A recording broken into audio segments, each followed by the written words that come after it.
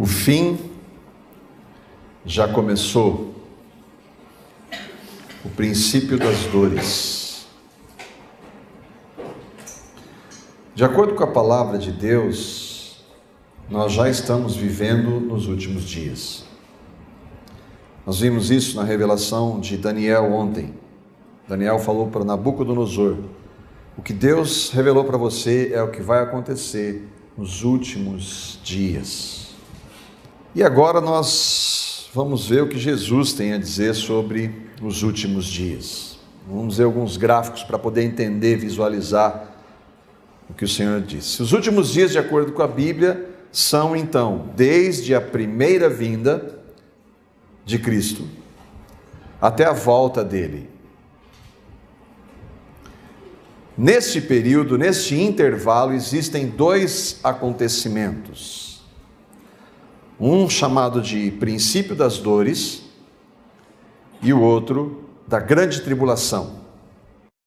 Grande parte da igreja crê nestas duas realidades. Existe um grupo que nós vamos ver à noite que eles são chamados de pós-milenistas, e eles dizem que a grande tribulação já aconteceu. Mas nós vamos ver pelo relato de Jesus que Jesus disse que haverá grande tribulação como nunca houve nem nunca mais haverá. E depois da destruição de Jerusalém, houve grandes períodos de sofrimento. Então Jesus estava falando do fim. Nós vamos tratar agora deste tempo. E dá para ver a silhueta aí, o que é? Uma mulher grávida. Por que se chama princípio das dores? E aí nós vamos ver os textos de 24 de Mateus, Marcos 13, Lucas 21, que são ditos os evangelhos sinóticos, são passagens paralelas que falam da mesma realidade. E que Jesus usa essa expressão, princípio das dores, fazendo uma alusão exatamente à mulher grávida, que quando ela está para dar à luz, o que começa? As contrações começam em menor intensidade e mais esparsas. Depois vai aumentando, as contrações vão aumentando e diminuindo o espaço. E é o que nós estamos vivendo hoje. Nenhum historiador vai negar hoje, ainda que há 20, 30 anos atrás talvez, que Jesus tenha realmente existido. Houve uma matéria, inclusive na Time, que disse que ninguém pode dizer hoje que o homem Jesus não existiu. Agora, por mais cético que alguém possa ser, o que nós vamos ver que Jesus disse há mais de 1900 anos, não poderia ser um homem qualquer que disse. É fato que Mateus, Marcos e Lucas escreveram esses textos entre os anos 50 e 65, é comprovado historicamente. E a divisão dos acontecimentos a gente vai ver no decorrer do texto.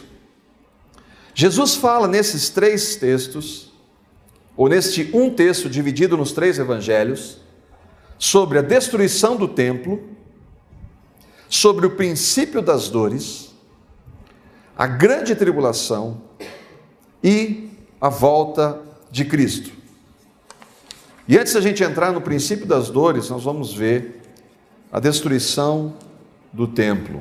Mateus 24:1 diz: Jesus saiu do templo e enquanto caminhava, seus discípulos aproximaram-se dele para lhe mostrar as construções daquele grande templo. Pouco antes, por que eles fizeram isso? Porque pouco antes, no texto, alguns versos antes, Jesus disse para os fariseus: eis que a casa de vocês vai ficar deserta. Jesus estava já anunciando a destruição do templo. E os discípulos chegaram conversando: Jesus, olha que templo, que pedras. Mas por que se eles estavam ali praticamente todos os dias? E o irmão Hendrickson, um comentarista da palavra, diz assim: era terça-feira, poucos dias antes de o Cordeiro Pascal se oferecer como expiação pelos pecados do seu povo. Com toda a probabilidade é no final da tarde. Jesus deixa o templo e dele se afasta acompanhado dos seus discípulos. Provavelmente no dia 1º de abril do ano 33, dias antes de Jesus ir para a cruz. O que era aquele templo? Aqui a gente tem uma imagem do primeiro templo que foi construído mais ou menos no ano 1000 antes de Cristo. 1 Reis relata isso. E ele foi destruído no ano 586, quando? Nós vimos ontem. Veio Nabucodonosor com o império e destruiu o primeiro templo. Aqui uma imagem do segundo templo, que foi construído sob a orientação de Zorobabel. As suas fundações foram lançadas no ano 535 antes de Cristo. Esdras e Crônicas relatam. Aqui a gente vê o templo reformado, uma imagem, uma réplica do templo reformado que tem lá em Jerusalém. Isso aqui é uma foto da réplica. E que foi reformado por Herodes. E aqui tem um vídeo interessante do templo, uma animação muito legal do templo, produzido pelos judeus.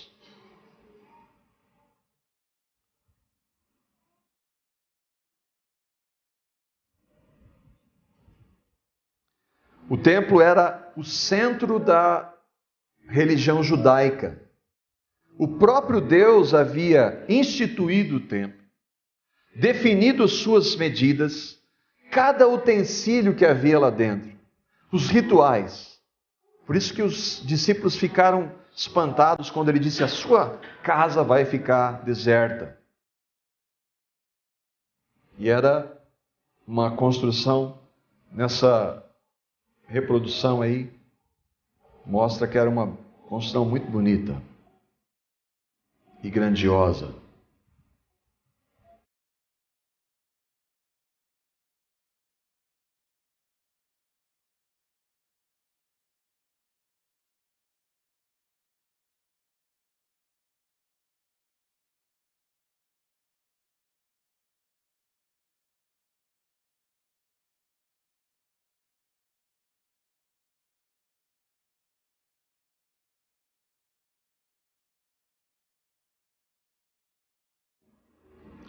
Jesus sai do templo, vai para o Monte das Oliveiras, e a conversa continua.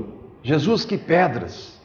E Jesus falou para eles: vocês estão vendo tudo isso? E agora vendo a mais ou menos 1 quilômetro ali do monte, eles estavam no Monte das Oliveiras, vendo o templo. Vocês estão vendo tudo isso? Eu lhes garanto que não vai ficar aqui pedra sobre pedra, que não seja derrubada. Todas serão derrubadas. Jesus anuncia aos seus discípulos algo que a história mostrava mais uma vez: o templo seria destruído. Aqui a gente tem uma foto de Jerusalém atual, vista a partir do Monte das Oliveiras. Nos versículo 3 de Mateus 24 e os versículos 4 e 5 de Marcos 13, a conversa continua. Tendo Jesus se assentado no Monte das Oliveiras, os discípulos dirigiram-se a ele em particular e disseram: dize-nos quando acontecerão estas coisas, e qual sinal será da tua vinda e do fim dos tempos. Marcos vai dizer: tendo Jesus se assentado no Monte das Oliveiras, mesma coisa, de frente para o templo, que não está em Mateus, e aí os discípulos, alguns discípulos, não todos, Pedro, Tiago e João, se aproximaram, lhe perguntaram em particular: dize-nos quando acontecerão essas coisas, qual será o sinal de que tudo isso está prestes a cumprir-se? Do quê? Do que Jesus disse. E por que eles falam do fim? Porque eles entendiam que a destruição do templo traria também o fim do mundo. Eles fazem 3 perguntas. Quando acontecerão essas coisas? Porque Jesus havia acabado de dizer: não vai ficar pedra sobre pedra. Eles perguntam: que sinal vai haver da sua vinda e do fim do mundo? Jesus vai responder as 3 perguntas de uma vez, e é por isso que é importante a gente prestar atenção. Para os discípulos tudo ocorreria ao mesmo tempo. Em Atos, Jesus está indo para o céu e fala: Senhor, é nesse tempo, quando o Senhor voltar, que o Senhor vai restabelecer o reino em Israel. Eles não tinham a compreensão e não tinham a visão privilegiada que nós temos hoje. A primeira parte, a destruição do templo, aconteceu ou não? Exatamente como Jesus disse que aconteceria. Quando?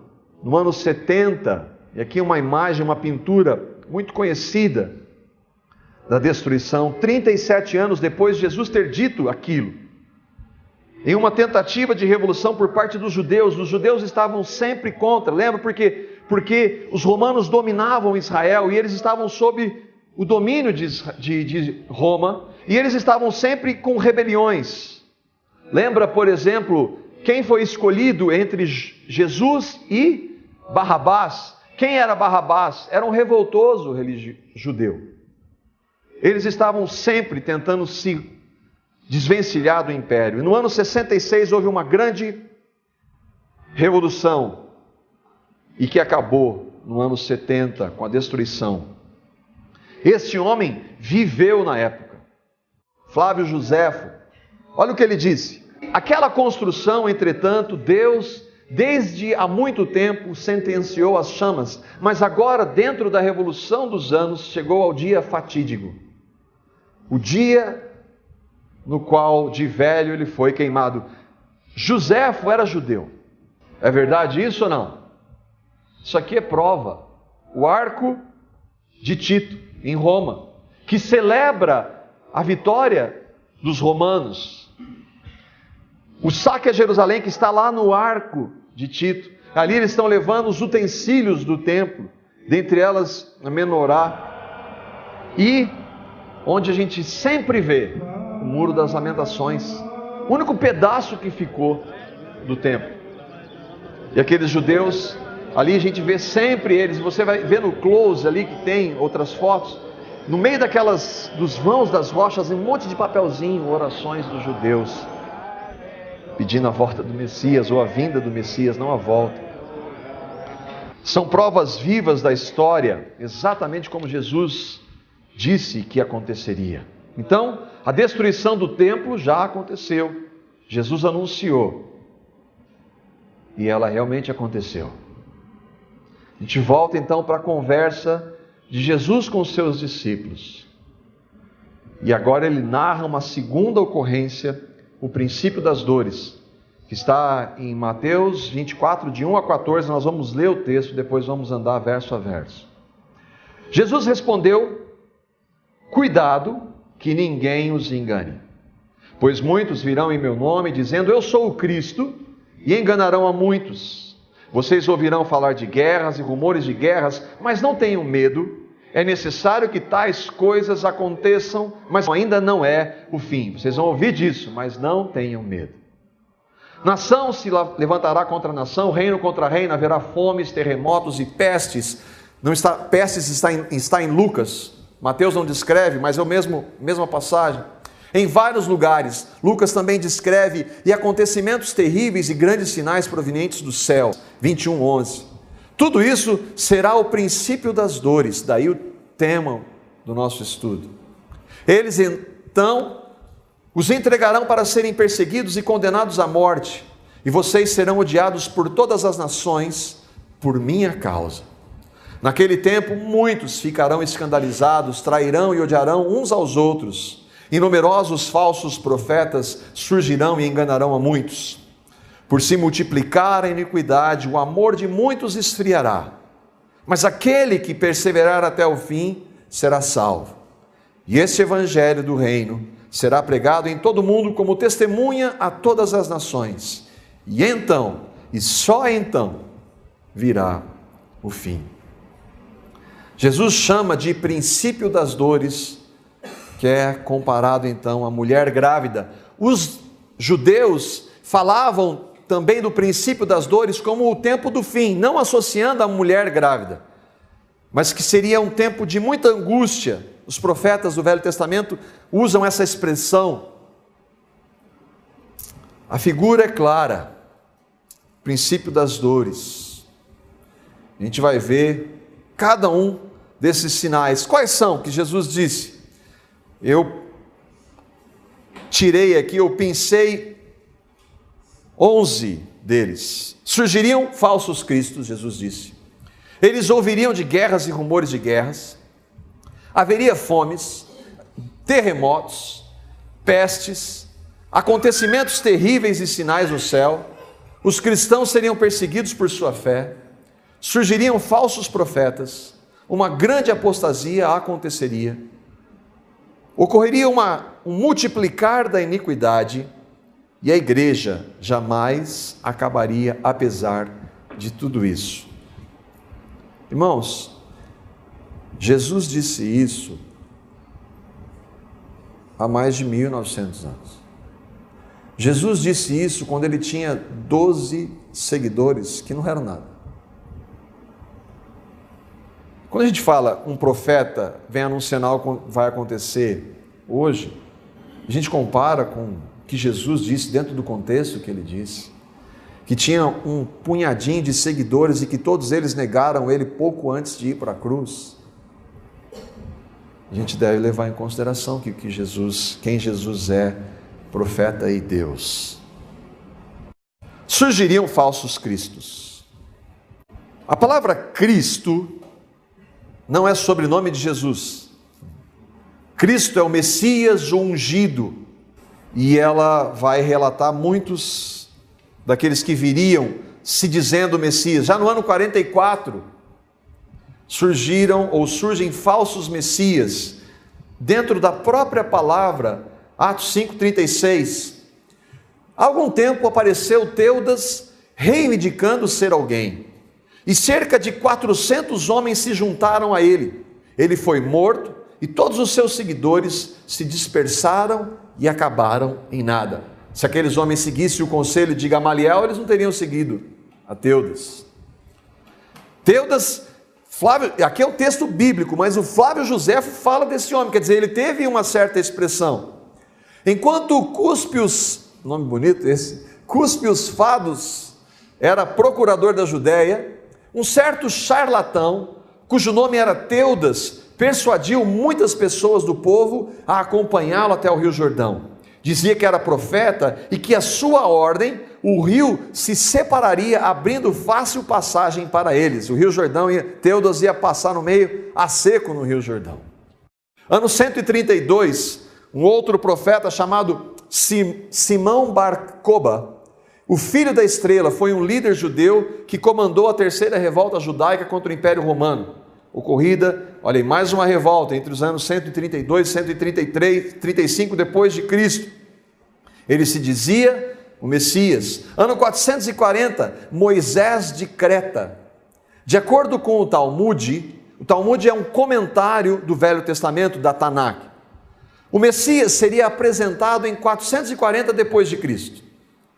Nesta época surge um novo candidato em Creta. Ele denominou-se Moisés e prometeu liderar o seu povo, levando de volta a Palestina. Por quê? Porque tinha acontecido a dispersão dos judeus quando o Império Romano destruiu Jerusalém. Ano 610, surge um falso Messias que tem hoje a segunda maior religião do mundo. Quem é? Maomé. O profeta Maomé, recitando ao Corão em Meca, foi um líder religioso e político árabe. Segundo a religião islâmica, Maomé é o mais recente e último profeta de Deus, do Deus de Abraão. O site Islam Religion relata como Maomé começou a sua religião e que hoje conta com mais de 1 bilhão e 300 milhões de seguidores. O que aconteceu? Maomé teve uma revelação. O profeta Maomé estava na solidão, na caverna do Monte Hira. Foi surpreendido pelo anjo da revelação, Gabriel, o mesmo que tinha vindo para Maria, a mãe de Jesus. A primeira recitação do Alcorão, o livro dos Os muçulmanos dos islâmicos é o Alcorão, e também dizem ter sido uma revelação de Deus por meio do anjo Gabriel.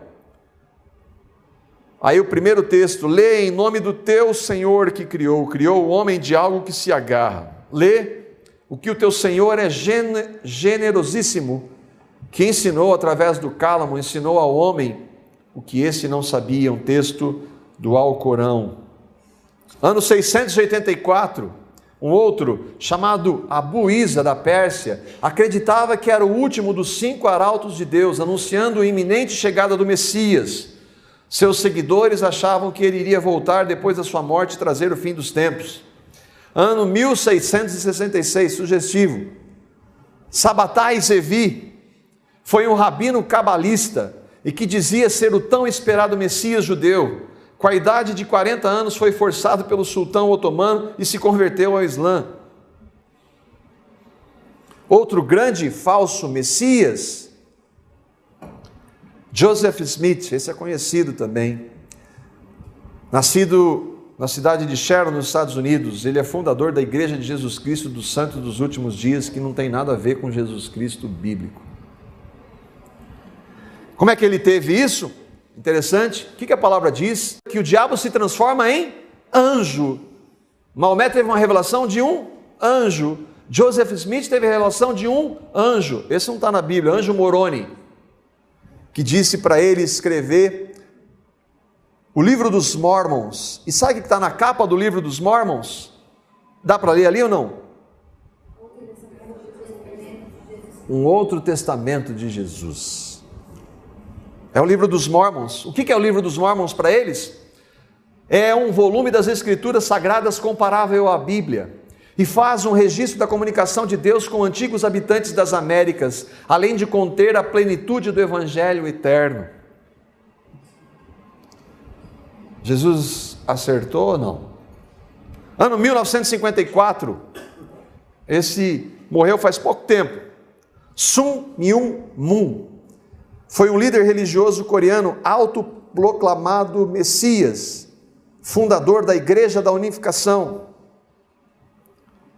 Em 2004, ele foi no Capitólio, em Washington, reuniu os líderes do governo americano e disse isso: no contexto da providência dos céus, sou embaixador de Deus enviado à terra com sua plena autoridade.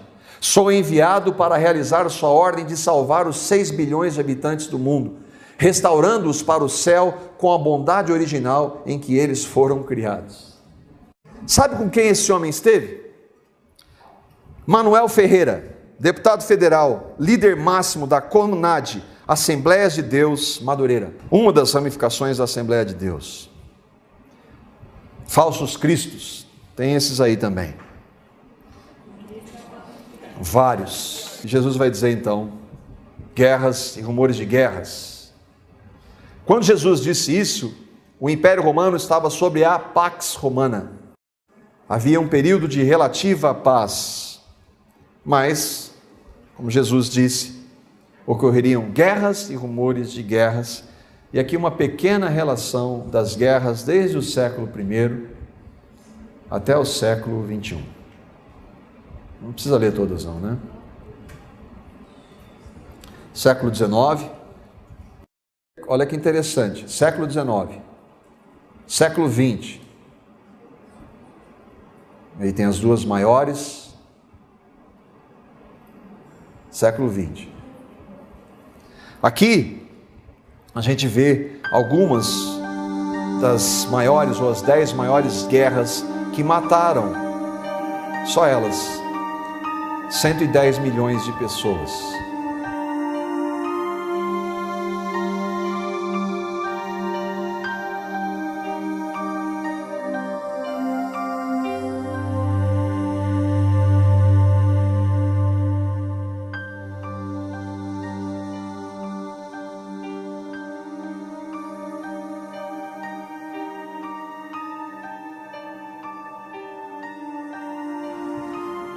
As datas e as mortes em cada uma dessas guerras.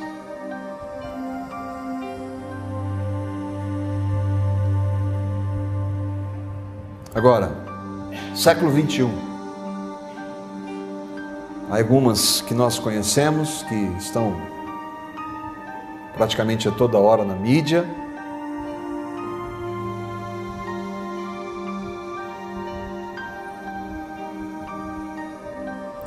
Conflitos e guerras acontecendo nesse exato momento. Tudo isso está acontecendo agora. Existem vários sites especializados sobre isso. Os lugares, guerras com mais de 10 mil mortes acontecendo, esse dado tirado nesse mês. Outro sinal, fomes. Haverá fomes em vários lugares. Já aproximadamente no ano 50, a própria palavra narra uma grande fome. Atos 11, 27 e 28. Aqueles dias, alguns profetas desceram de Jerusalém para Antioquia. Um deles, Ágabo, levantou-se e pelo Espírito predisse que uma grande fome sobreviria a todo o mundo romano, o que aconteceu durante o reinado de Cláudio. Esse Cláudio é Tibério Cláudio César, que foi o quarto imperador romano que governou entre 24 de janeiro de 41 até 54, e houve realmente, a história mostra, uma grande fome naquele período. No ano 410, a queda de Roma. Lembra que nós abordamos ontem, quando que acaba o império das pernas de ferro? Por volta do ano 400. E lá naquela época, com guerra vem fome. Entre 400 e 800 depois de Cristo, houve grande fome na Europa Ocidental, associado com a queda de Roma em 410. Estima-se que a população da cidade de Roma caiu em mais de 90%, principalmente por causa da fome e peste. Os maias, especula-se que os maias, a civilização maia, tenha deixado de existir por causa da fome. Eles tinham um sistema muito moderno de captação de água e teve um período grande de seca e morreram. A fome na Europa, de 1315 a 1317, a maior parte da Europa continental e a Grã-Bretanha foram afetados. A fome causou milhões de mortes e marcou um fim de crescimento da Europa naquela época. A crise na Rússia, 1601, matou cerca de 100 mil pessoas só em Moscou. E ao todo 2 milhões morreram. Matou metade da população da Estônia. A fome chalisa na Índia, em 1783 e 1784, afetou muitas partes do norte indiano. 11 milhões de pessoas morreram. Na Rússia, de novo, 1921, 5 milhões de mortos. E esses aí são alguns dos números da fome. E hoje? Hoje existe uma organização que cuida disso. Mas eles disseram, apesar dos progressos realizados nas últimas 2 décadas, 805 milhões de pessoas ainda sofrem de fome crônica.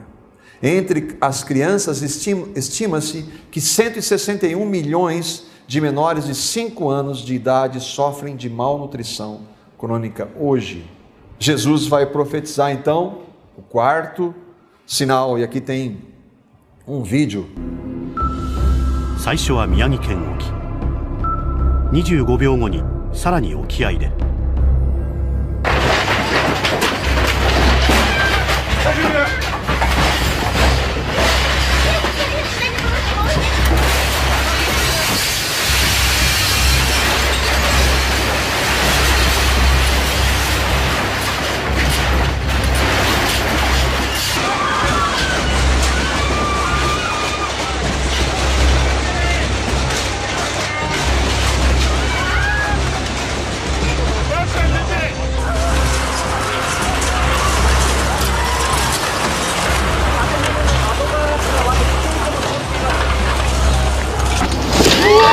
地面が割れてますよ。地面が割れてます。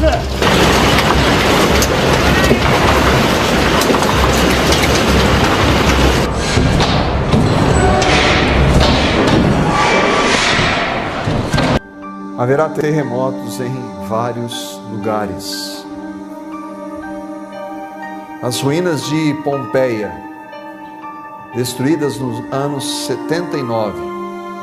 Por quê? Porque em 5 de fevereiro de 62, houve um grande terremoto.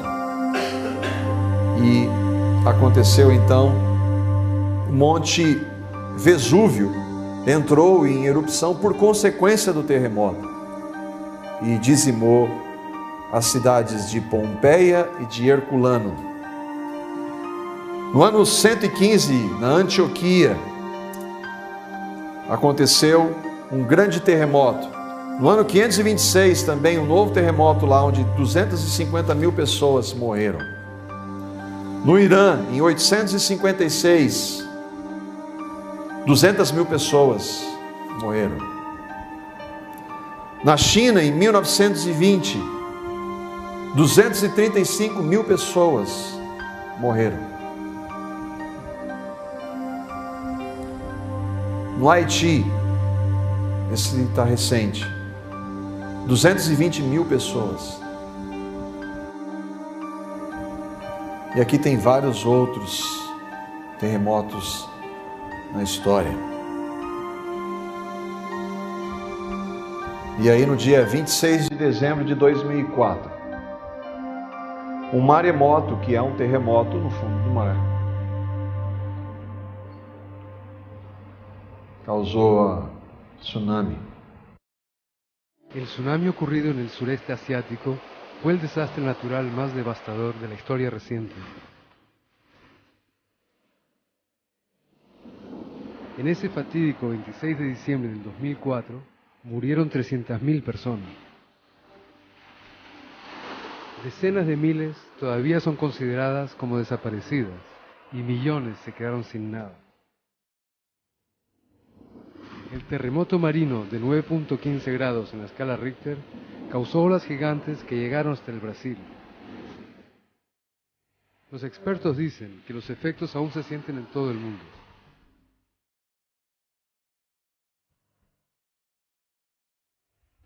Cuando llegué a la zona del desastre, 5 semanas después de la tragedia, me pareció entrar al infierno. Ruinas y refugiados por todas partes, gente aún en estado de shock, miles de niños huérfanos y personas que perdieron todo, incluso hasta la esperanza. Indonesia fue el país más afectado, con 126.000 personas muertas.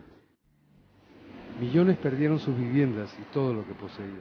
No Japão também, em 2011. E aqui as cenas são impressionantes.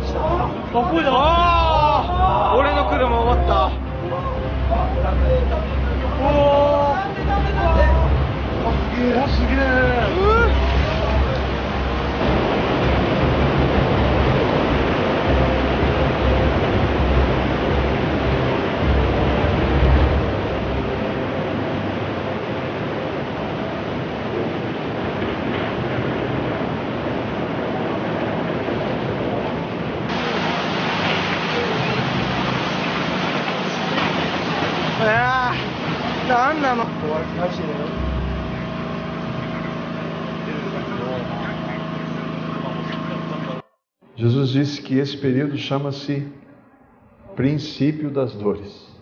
Aqui um slide com ocorrência de grandes terremotos nos últimos 1000 anos.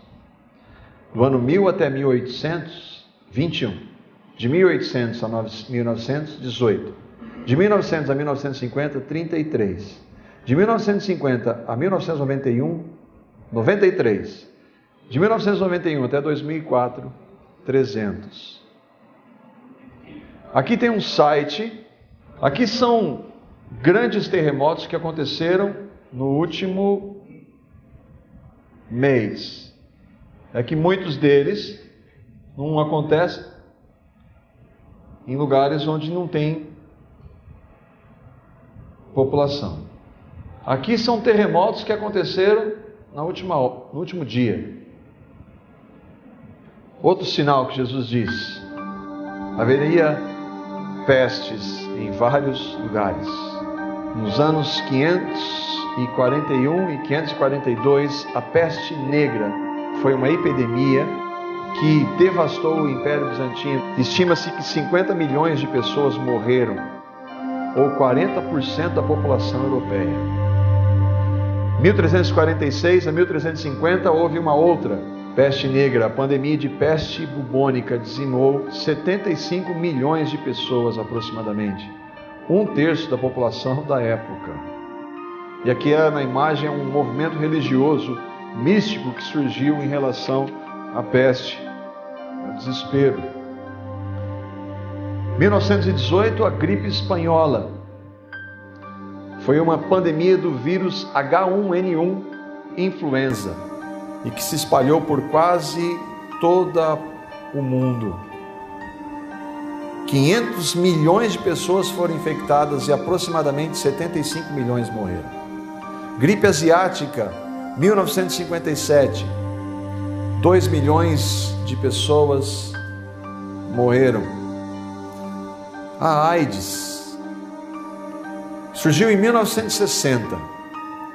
Já matou mais de 30 milhões.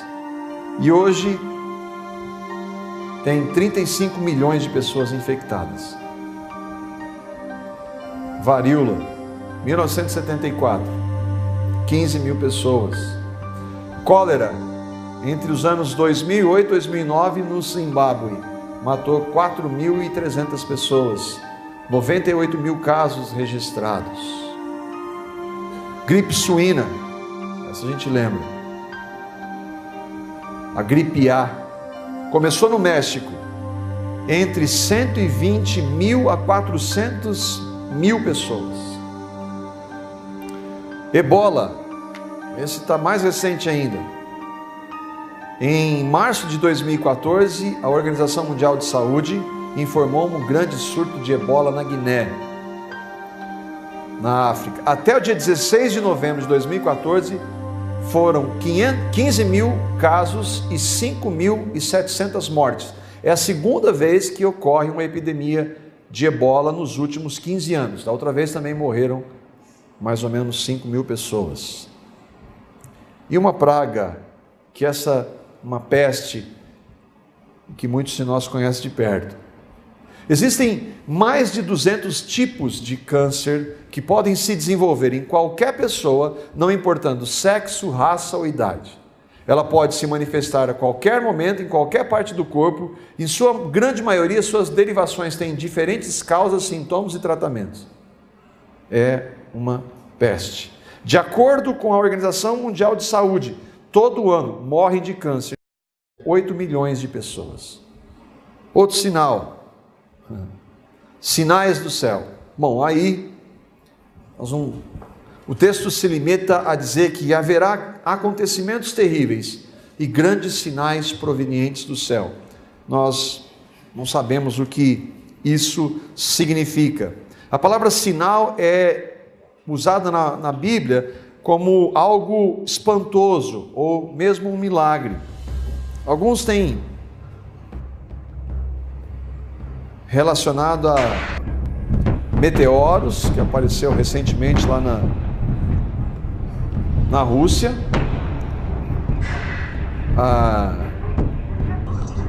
aparecimento de OVNIs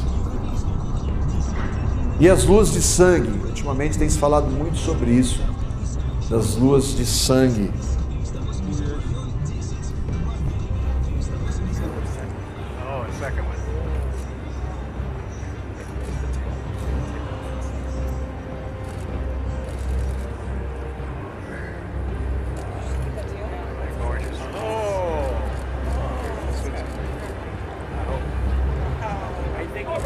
tem muito, em relação a isso, muito charlatanismo, tem muita coisa produzida, mas tem bastante coisa sem explicação.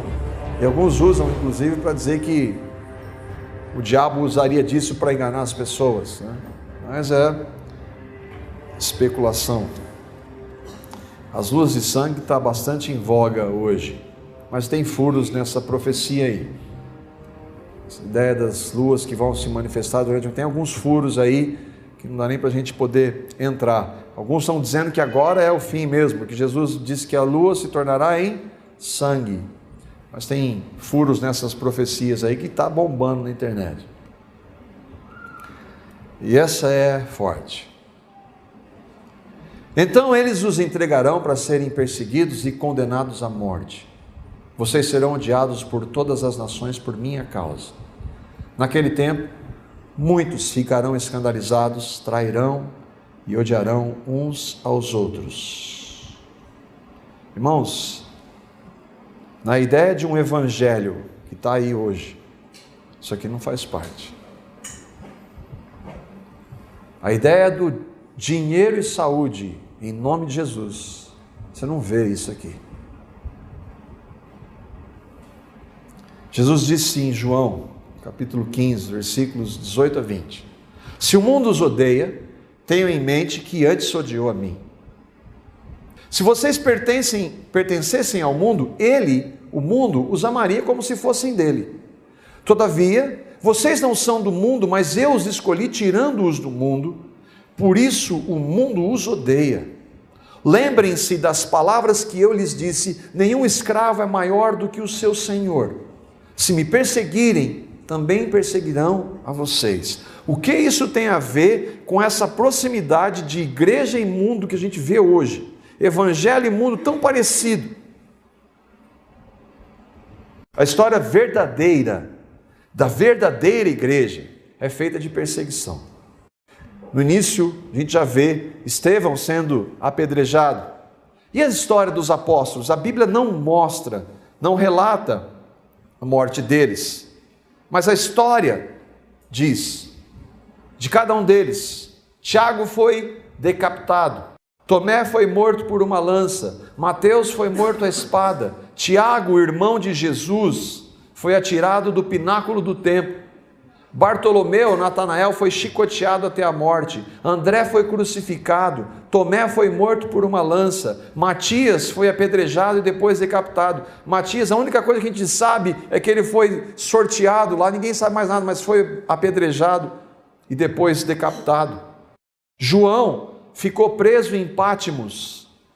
Esse não morreu, foi lançado. A história diz que numa grande tigela com óleo fervendo.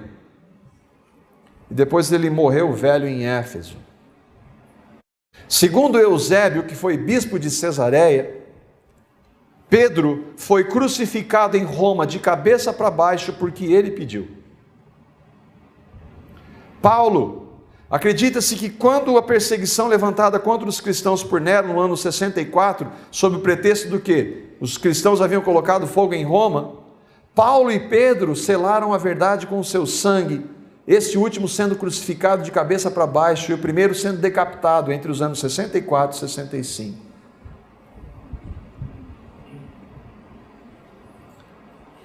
O historiador romano Tácito, falando da morte dos cristãos naquela época, romano, não tem nada a ver com cristão, em suas mortes eles foram feitos objetos de esporte, pois foram amarrados nos esconderijos das bestas selvagens e feitos em pedaços por cães, ou cravados em cruzes, ou incendiados, e ao fim do dia eram queimados para servirem de luz noturna.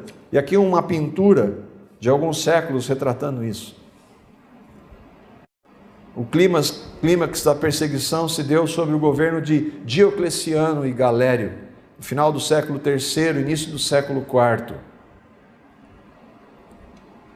O Coliseu, que hoje é ponto turístico.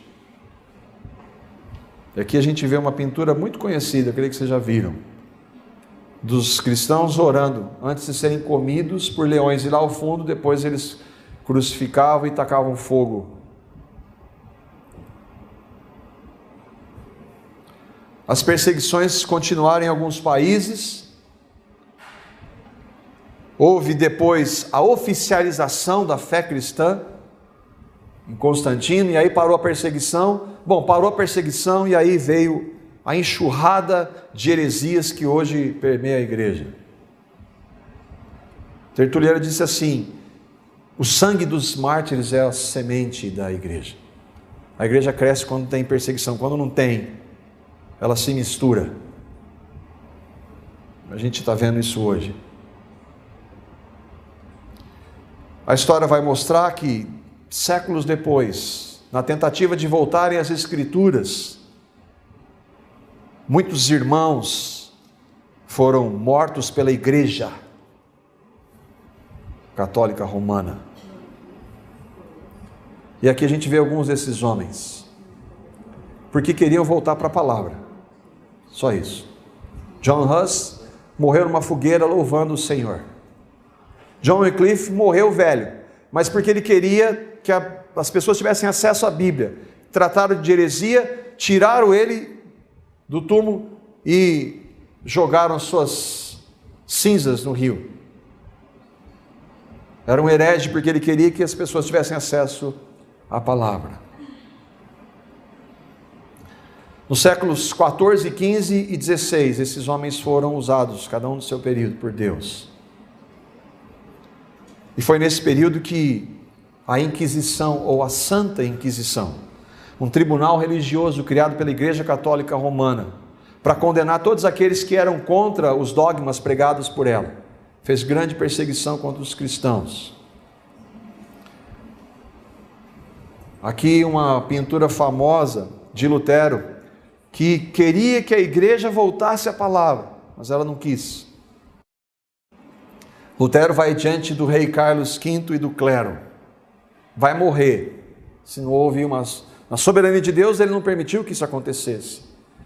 E a fala dele, naquele dia, quando eles falaram assim, ou você se retrata do que você disse, ou você vai morrer. Ele diz assim: a menos que se me convença por testemunho da Escritura, ou por razões evidentes, posto que não creio no Papa, nem nos concílios somente, já que está claro que eles têm se equivocado com frequência e têm se contradito entre eles mesmos, estou acorrentado pelos textos das Escrituras, que tenho citado, e a minha consciência é uma escrava da palavra de Deus. Não posso, nem quero me retratar em nada, porque não é seguro nem honesto atuar contra a própria consciência. Que Deus me ajude, amém. Diante da morte, isso é evangelho. Não é o que está acontecendo aí, onde o mundo entrou na igreja. Muitos creram naquela época nos pilares, só a Bíblia. Vocês vão dar crédito para o pastor, para o padre, papa? Não, só para a palavra. Nós somos salvos pela graça. Ninguém pode ser salvo se não for pela graça. Não existem sacramentos que salvem ninguém. Não existem práticas que salvem ninguém. Só a fé, que é dom de Deus. A glória é só de Deus. Só a Escritura. Muitos foram. Aí alguns retratos do que se fazia com os hereges. E aqui uma sala e uma catedral na Alemanha. Isso acabou, irmãos? Não. Aqui é Voz dos Mártires e Portas Abertas. 2 sites, você vai lá e vê. E entra nos vídeos e prepara para ver o que tem lá. O que tem irmãos morrendo hoje, do mesmo jeito que aquelas fotos ali. E a gente vê por pouca coisa, a gente negando a Cristo.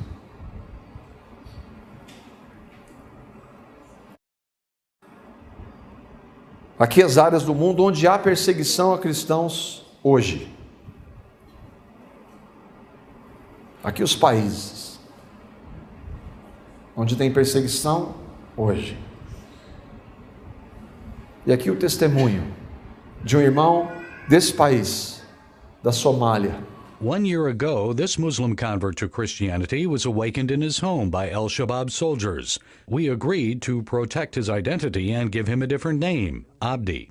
They ransacked my house, searched my bag, and found several pages from a Bible. They had crosses on them. Abdi was taken away, imprisoned, and tortured.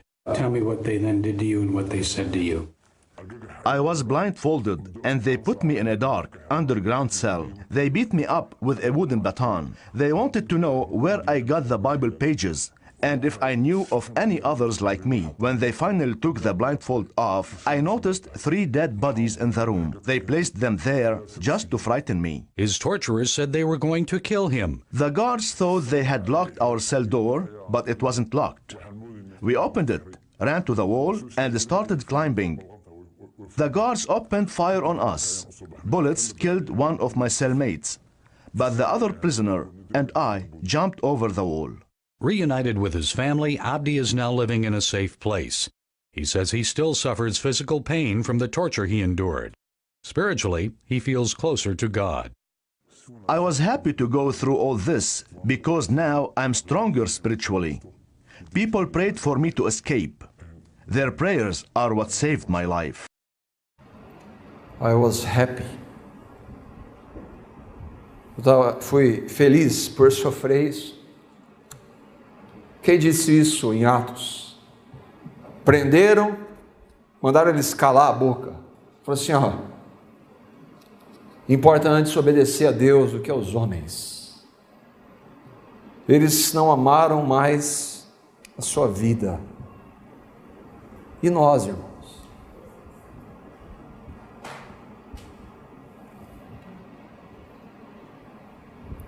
Em 2013, cerca de 100 milhões de cristãos em todo o mundo sofreram perseguição por sua fé. Em todo o mundo, em torno de 400 cristãos morrem por dia por causa da sua fé em Cristo. Está aí, toda hora na Globo aparece isso. A gente que gosta de entretenimento, assiste jornal, todo dia aparece isso na Globo. Falsos profetas. Surgiriam falsos profetas. Ué, mas Jesus já falou no versículo 5 de falsos cristos fora, falsos profetas dentro da igreja. O irmão Champlin faz essa distinção muito sabiamente. A diferença entre os falsos cristos descritos no versículo 5 e os que estão mencionados aqui, os falsos profetas, é que os primeiros são essencialmente uma espécie de falsos messias. Os falsos profetas deste versículo têm se levantado no seio da própria igreja. E aqui a gente vai entrar, irmãos, em terreno arenoso. Nós não defendemos religião, denominação, líderes, seja católico, seja evangélico. A igreja presbiteriana nos Estados Unidos, por exemplo, houve um rompimento recente. Estão ordenando pastores gays, presbiterianos. Houve um rompimento lá. A gente vai apresentar o que a Bíblia diz. E nós vamos comparar o que alguns líderes conhecidos afirmam, e cada um fica a seu critério. Outra coisa é que, biblicamente, profeta não é somente alguém que anuncia o futuro, mas alguém que fala da parte de Deus ou de Jesus. Diante disso, um falso profeta não é somente alguém que anuncia um futuro que não acontece. Um falso profeta é aquele que afirma falar da parte de Deus ou de Jesus, contudo seus ensinamentos são contrários à palavra de Deus ou de Jesus. Compreensões equivocadas e erros doutrinários acontecem, pode acontecer na igreja. A questão é que se nós errarmos, somos confrontados com a palavra, nós temos uma possibilidade: arrependimento. Jesus disse isso para 7 igrejas no Apocalipse. Havia erros doutrinários lá, ele falou assim: arrependam-se. E aí, o Hendrickson, dando a evidência daqueles que creriam. Jesus prediz a vinda de falsos cristos e falsos profetas, os quais desencaminharão a muitos. Jesus disse que isso acontecer, a gente está vendo. Os que persistem em ser desencaminhados mostram que jamais pertenceram ao verdadeiro rebanho de Cristo. E a gente vai ver então algumas características para a gente poder saber, mas como é que eu sei quem é um falso profeta? Primeiro, eles confessam o nome de Jesus e usam 1 João 4, 1 a 3. Amados, não creiam em qualquer espírito, mas examinem os espíritos para ver se eles procedem de Deus. Porque muitos falsos profetas têm saído pelo mundo. Vocês podem reconhecer o Espírito de Deus desse modo. Todo espírito que confessa que Jesus Cristo veio em carne procede de Deus. Mas todo espírito que não confessa a Jesus não procede de Deus. Esse é o espírito do anticristo, acerca do qual vocês ouviram que está vindo e agora já está no mundo. Bom, eles confessam Jesus, citam a palavra. O diabo citou a palavra para Jesus. Então, não quer dizer muito. Mas Jesus, ele não citou, ele está falando com Jesus. Eles citam Jesus. Então está tudo bem? Não está. E aí muitos ficam indignados quando alguém fala contra ensinos de apóstolos, pastores, bispos, padres, papas. Eles falam de Jesus. A gente acabou de dizer, se confessa Jesus, não é dele. Segunda característica, a sua confissão não é autêntica. De onde você tira isso? De Jesus, certo? Mateus 7, 21, 23, nem todo aquele que me diz, Senhor, Senhor, entrará no reino de Deus. E aqui Jesus está falando assim, naquele dia, quando estiverem frente a frente com ele, eles vão ter a coragem de dizer que confessaram o nome de Jesus. Mas apenas aquele que faz a vontade do meu Pai que está nos céus. Muitos me dirão naquele dia, Senhor, Senhor, não profetizamos nós em teu nome, Jesus, em teu nome não expulsamos demônio, em teu nome não realizamos muitos milagres. Então eu, Jesus, vou dizer para eles abertamente, eu não sei quem vocês são. Vocês profetizaram em meu nome e não sei quem são. Esses são quem? Falsos profetas. Eles confessam o Evangelho.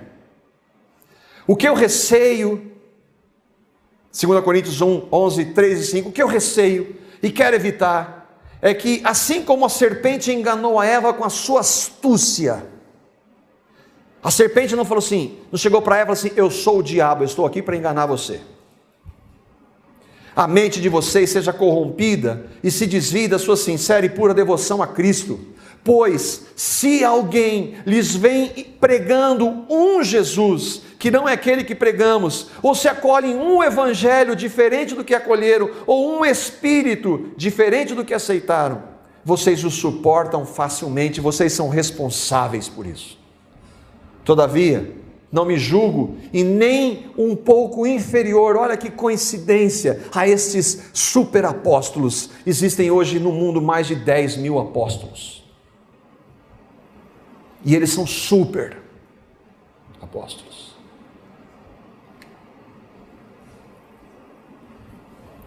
Terceiro, eles professam o evangelho. Mas, Gálatas 1, 6 a 8, admiro-me que vocês estejam abandonando tão rapidamente aquele que os chamou pela graça de Cristo, o centro do Evangelho, para seguirem outro Evangelho, ou seja, a outro Evangelho, a outro Jesus, a outro Espírito. E que na realidade não é o Evangelho. O que ocorre é que algumas pessoas os estão perturbando, querendo perverter o Evangelho de Cristo com um falso Evangelho. Mas ainda que nós, ou um anjo do céu, pregue um evangelho diferente daquele que lhes pregamos, que seja amaldiçoado. Não pode falar mal. Estes falsos, eles predizem o futuro. São muito bons para fazer isso.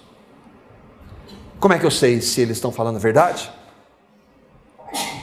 Mas vocês perguntem a si mesmos, Como saberemos se uma mensagem não vem do Senhor?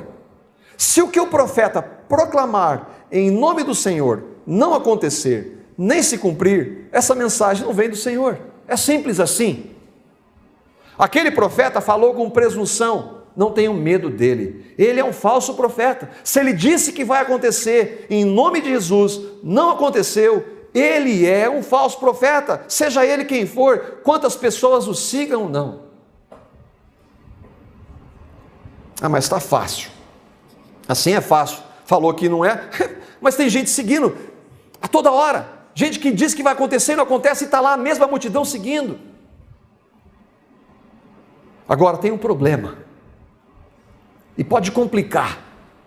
Eles predizem o futuro e acontece. Aonde está isso? Se aparecer entre vocês um profeta ou alguém que faz predições por meio de sonhos, e lhes anunciar um sinal miraculoso ou um prodígio, dizer que vai acontecer alguma coisa, e se o sinal ou prodígio que ele falou acontecer, e ele disser, vamos seguir outros deuses, ou outro espírito, ou outro evangelho, ou outro Jesus, que vocês não conhecem, e vamos adorá-los, não deem ouvidos às palavras daquele profeta ou sonhador. Por quê? Porque o Senhor, o seu Deus, está pondo vocês à prova, para ver se vocês o amam de todo o coração e de toda a sua alma. Ah, mas ele disse, aconteceu. Mas o que ele está dizendo tem base na palavra? Não, mentira, falso profeta. Outra característica, amam dinheiro. No passado, surgiram falsos profetas no meio do povo, como também surgirão entre vocês, no meio da igreja, falsos mestres. Eles introduzirão secretamente heresias destruidoras. Introduzirão, como a serpente fez com Eva, secretamente, heresias, mentiras. Chegando a negar, eles vão chegar até o ponto de negar a soberania de Deus que os resgatou, trazendo sobre si mesmos repentina destruição. Muitos seguirão os caminhos vergonhosos desses homens, e por causa deles, o Evangelho é difamado hoje, será difamado o caminho da verdade. Em sua cobiça, dinheiro, tais mestres os explorarão com histórias que inventaram, e muitos vão segui-los. Há muito tempo a sua condenação paira sobre eles, e a sua destruição não tarda. 7. As suas vidas não são íntegras. Jesus vai dizer para eles, afastem-se de mim, vocês que vivem na prática do pecado. Não há arrependimento. E os caminhos vergonhosos desses homens enfatizam isso. As características estão aí. Agora a gente vai ver algumas falas para a gente comparar. Na história sempre houve falsos profetas, em Israel e na igreja. A gente vai ver um pouco a história recente, e vamos dividir em dois grupos. Falsas profecias sobre o futuro, o profeta anuncia o futuro, e o profeta fala em nome de Deus. Papa Silvestre II. Vários clérigos cristãos previram o fim do mundo para o ano 1000, incluindo o Papa Silvestre II. Tumultos ocorreram na Europa, os peregrinos foram em direção ao leste de Jerusalém. Disse que ia acontecer e não aconteceu. Papa Inocêncio III, 1216, previu que o mundo acabaria 666 anos depois do surgimento do Islã. O Islã surgiu no século VII. Disse que ia acontecer, não aconteceu. Guilherme Miller, é William Miller em inglês, Guilherme Miller em português. Meus princípios em breve são que Jesus voltará a esta terra para limpar, purificar e tomar posse da mesma, com todos os santos em algum momento entre 21 de março de 1843 e 21 de março de 1844. Não veio nesse tempo, ele tentou mais 3 vezes. Aí veio uma outra, que era seguidora dele, Ellen White, profetisa e escritora do ministério e que foi uma das líderes do movimento adventista. Ela seguia algumas ideias de William Miller, e então ela reinterpretou o que Miller quis dizer. Não é que Jesus veio, ele entrou no Santo dos Santos. E é o que ela diz aí nesse texto. Outro, Charles Russell, organizou uma associação cujos membros eram conhecidos como estudantes internacionais da Bíblia. Olha, deve ser de Jesus. Eles negam a Cristo como Deus, são testemunhos de Jeová. Tem Bíblia, distorceram a Bíblia, fizeram uma Bíblia deles. E aí ele diz assim: a batalha do grande dia de Deus Todo-Poderoso, a data de encerramento daquela batalha está definitivamente marcada na Escritura como outubro de 1914. Ela já está em andamento, seu início datado em outubro de 1874. Irmãos, quando um falso profeta anuncia um futuro, o erro dele, normalmente, na sua maioria dos casos, um falso profeta que prediz o futuro e não acontece, ele tem várias heresias junto. Não é só anunciar o futuro e não acontecer, tem coisa por trás. Esse homem, Herbert Armstrong, o arrebatamento ocorreria em 1936 e que somente o pessoal da igreja dele seria salvo. Após a profecia falhar, ele mudou a data mais 3 vezes. Lembra que o nosso irmão disse sobre, nem lembrei do Miranda Leal, que foi embora de Londrina, disse que Jesus ia voltar e não veio, foi para a Inglaterra. Aquele irmão comentando sobre o Hendrickson, ele disse assim: se não há arrependimento, não é de Deus. E esse homem esteve aqui em Londrina, em uma grande igreja. Olha o que ele disse: o Senhor também está me dizendo, esse homem chama-se Benny Hinn, o Senhor também está me dizendo para falar a vocês que no meio dos anos 90, em torno de 94, 95, Deus não falou tão precisamente para ele, não depois disso, Deus vai destruir a comunidade homossexual dos Estados Unidos.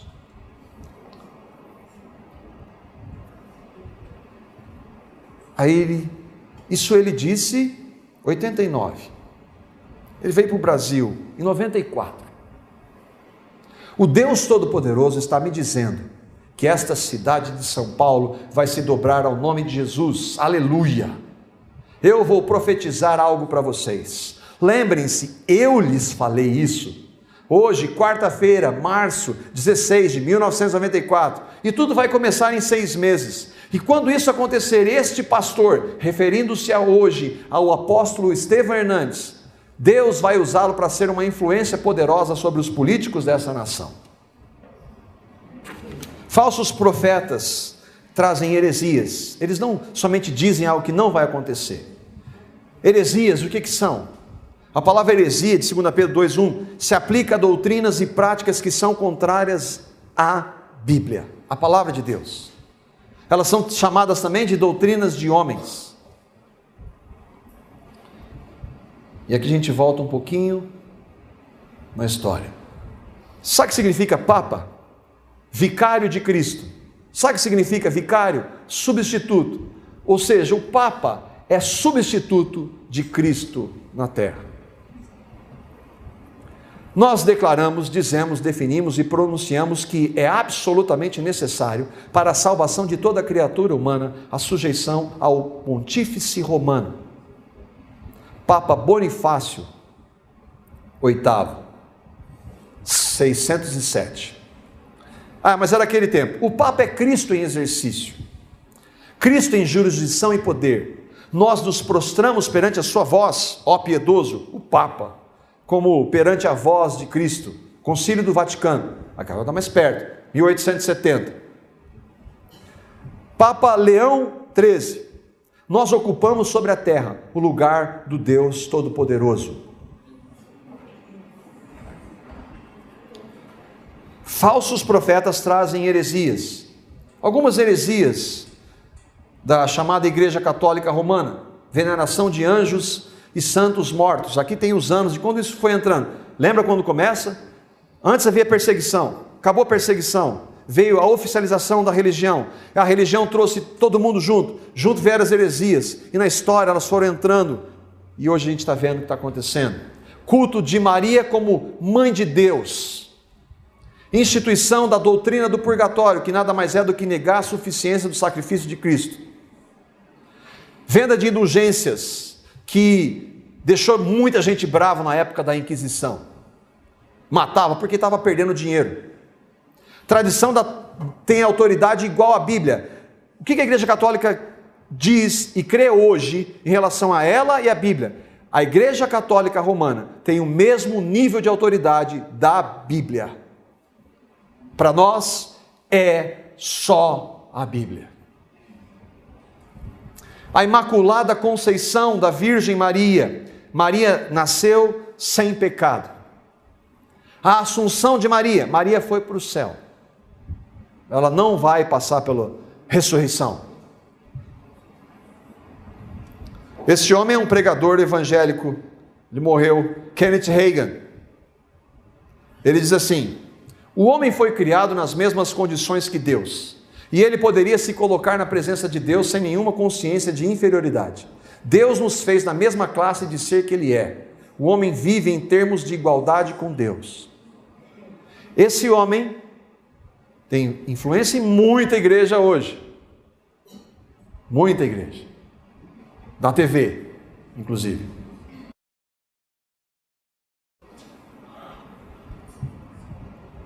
Morre Cerulo. Quem já ouviu falar de Morre Cerulo? Vocês sabiam que desde o princípio, ou desde o início, o propósito de Deus era reproduzir Ele mesmo? Sabiam disso? Já estão sabendo agora. Quem são vocês? Vamos lá, quem são vocês? Digam, filhos de Deus. Vamos lá, digam isso. O que trabalha dentro de vocês, irmãos, é a manifestação de tudo o que Deus é e tem. Tá. Vocês não estão olhando para Morre Cerulo, vocês estão olhando para Deus. Vocês estão olhando para Jesus. Em uma pregação dele. Ele veio aqui em Londrina. Ele disse que ia fazer sinais e prodígios, ia curar muita gente. Lotou o Moringão, não cabia no Moringão e colocou o Anfiteatro Zerão lá, lotou o Anfiteatro Zerão. Porque como é que eu estava lá, eu fui ver. Ele começava pedindo 5 mil reais para as pessoas. Ele falou 1 hora, 40 minutos, falou de dinheiro. Gente com cadeira de roda para ser curado lá.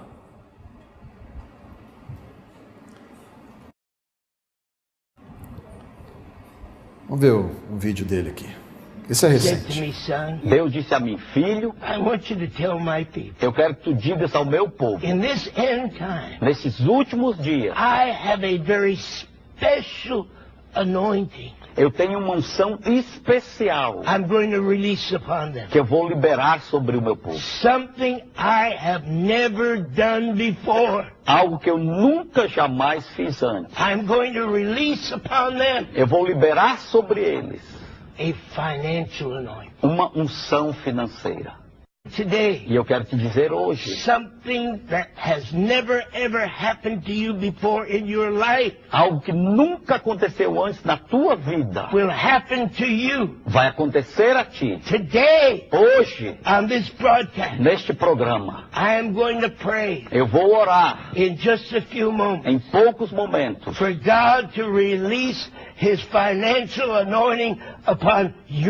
para Deus liberar a sua unção financeira sobre a tua vida.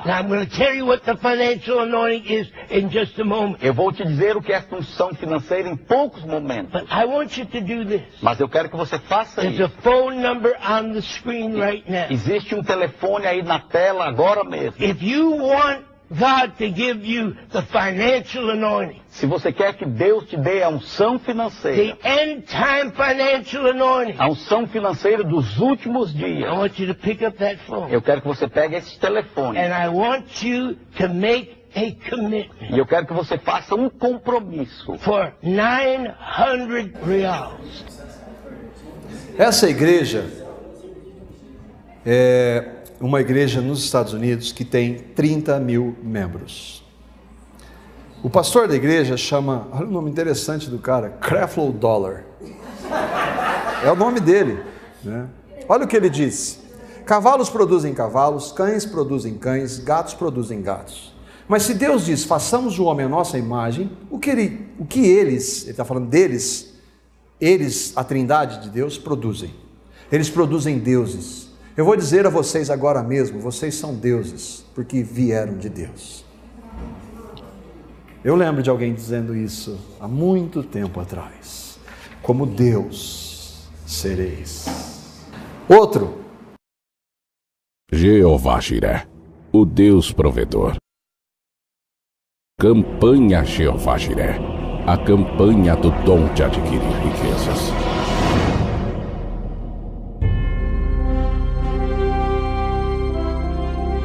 Em um ano, o menor, o mais simples entre os irmãos, vai dobrar seu patrimônio. Os fora de série, em um ano, vão multiplicar seu patrimônio 30 vezes mais. Outros fora de série, em um ano, vão multiplicar 60 vezes mais. Outros fora de série, em um ano, vão multiplicar 100 vezes mais. Nós estamos aqui sobrevoando a capital paulista. Que Deus abençoe. E eu trago nas minhas mãos aqui com o bispo os 4 elementos da provisão da terra. O óleo aqui na mão do bispo, e aqui o bronze, a prata, o petróleo e o ouro. E nós viemos aqui consagrar a Deus. Nós estamos aqui consagrando ao Senhor esse óleo. Hoje é a primeira oração do óleo de Jeová Jiré. Senhor nosso Deus e nosso amado Pai, nós entramos na Tua presença, meu Deus, e em nome de Jesus nós consagramos a Ti este óleo. Irmãos, ele cita a Bíblia, cita Deus, cita o nome de Jesus. O que isso tem a ver com Jesus? Nada.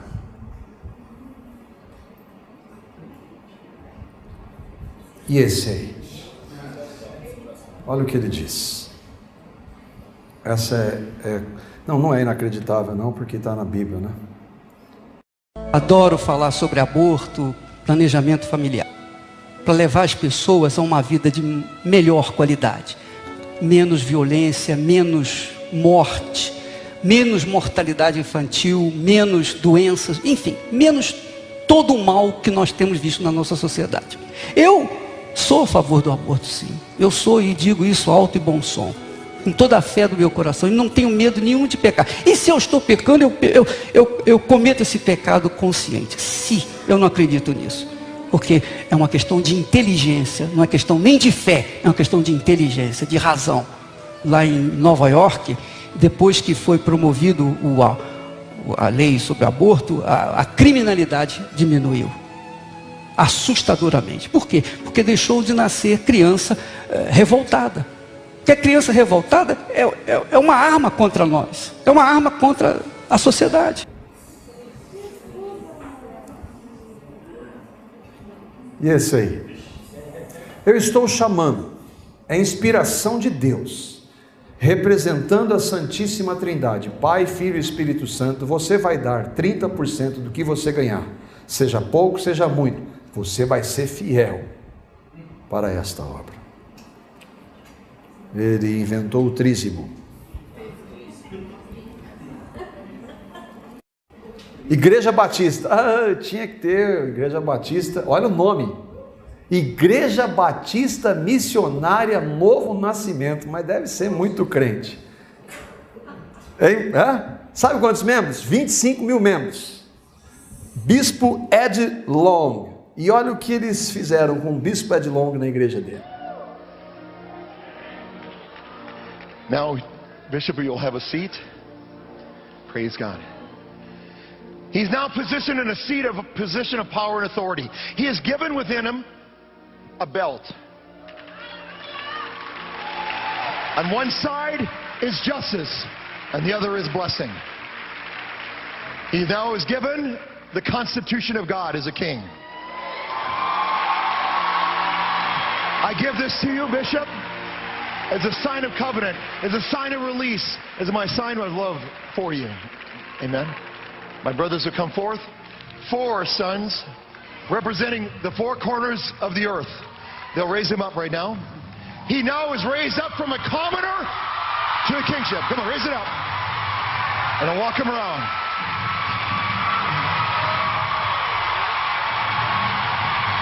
Come on!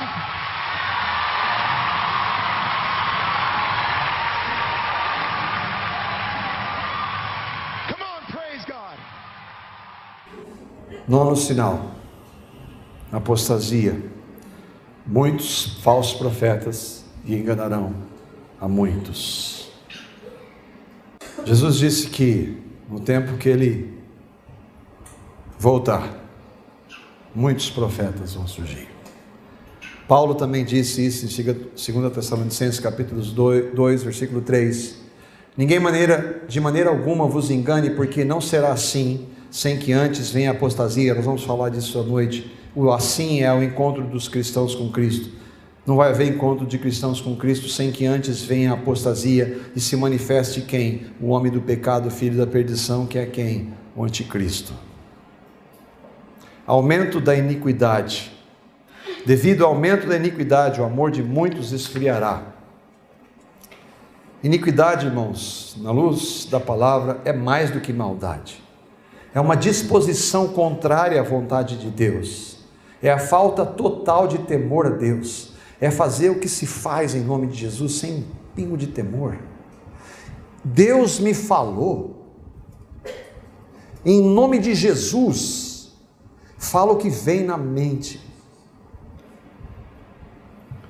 Sabe, porém, isso, que nos últimos dias sobrevirão tempos difíceis, porque haverá homens amantes de si mesmos, avarentos, presunçosos, soberbos, blasfemos, desobedientes a pais e mães, ingratos, profanos, sem afeto natural, irreconciliáveis, caluniadores, incontinentes, cruéis, sem amor para com os bons, traidores, obstinados, orgulhosos, mais amigos dos prazeres do que amigos de Deus.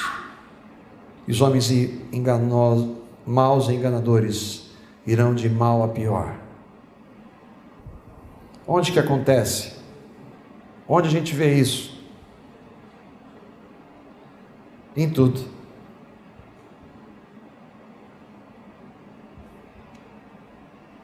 Multiplicada a iniquidade em todas as áreas da vida. Jesus disse, como foi nos dias de Noé, assim será também a vinda do Filho do Homem. Como foi os dias de Noé? Gênesis 6:5. O Senhor viu que a perversidade do homem tinha aumentado na terra, e que toda a inclinação dos pensamentos do seu coração era sempre e somente para o mal. Multiplicada a iniquidade, e nós estamos apenas no princípio das dores. A igreja jamais acabará. É o último sinal. Aquele que perseverar até o fim será salvo. Aqueles que verdadeiramente creem, perseveram. Quem não crê, segue a maré. E a maré é um tsunami. Onde é que a gente vai estar? Com temor e tremor diante de Deus? Essa é uma pergunta que nós precisamos responder. Os últimos dias, de acordo com a Bíblia, nós estamos no princípio das dores. E esse evangelho do reino será pregado em todo o mundo, com testemunho a todas as nações. Então virá o fim. O evangelho que a gente vai ver à noite, se o Senhor permitir. Amém?